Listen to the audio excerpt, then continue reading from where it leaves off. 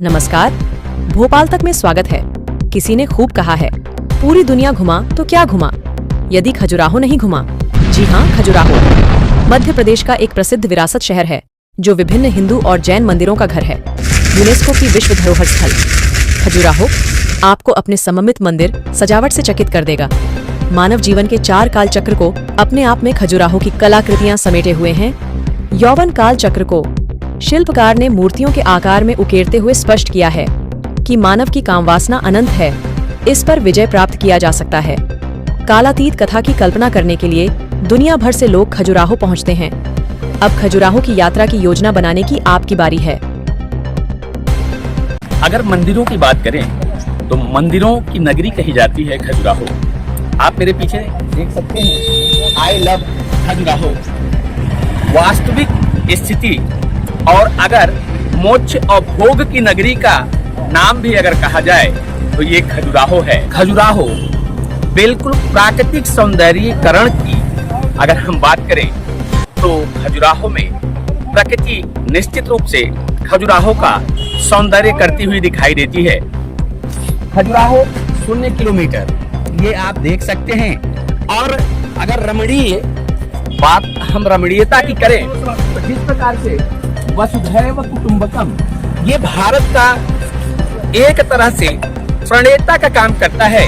और आपने प्रकृति के साथ साथ जिस प्रकार की हमने बात किया कि घासों पे वसुधैव कुटुंबकम उकेरा गया है, यह है महात्म्य मंदिरों की नगरी खजुराहो का यह श्याम उद्धार चौक है।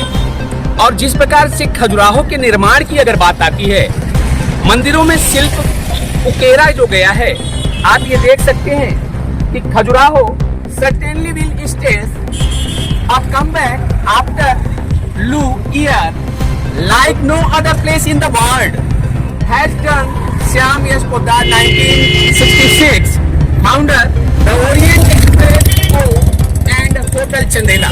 इस प्रकार की अगर प्राकृतिक सौंदर्य की और कलाओं की संगम की नगरी अगर देखा जाए तो ये खजुराहो है। खजुराहो की पारंपरिक दृश्य के अवलोकन की बात हम करें तो यहाँ पे 3 भागों में विभक्त किया है कलाकार ने। अगर हम बात करें ईस्टर्न की, वेस्टर्न की और साउथ की, तो ये जिस जगह हम पहुंचे हैं इसको विष्णु वराह टेम्पल के नाम से जाना जाता है।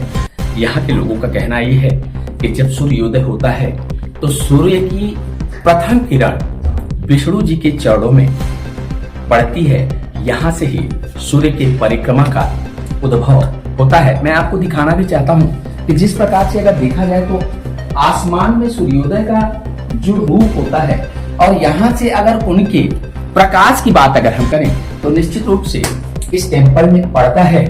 लोगों का यह भी कहना है कि टेम्पल के नीचे जो जगह है दूर से देखने में प्रतीत ऐसा होता है कि उसमें जल भरा हुआ है।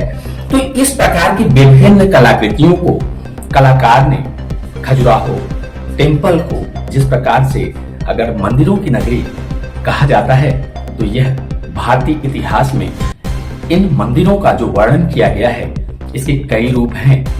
अगला पार्ट फिर मिलेंगे। जय हिंद, जय भारत।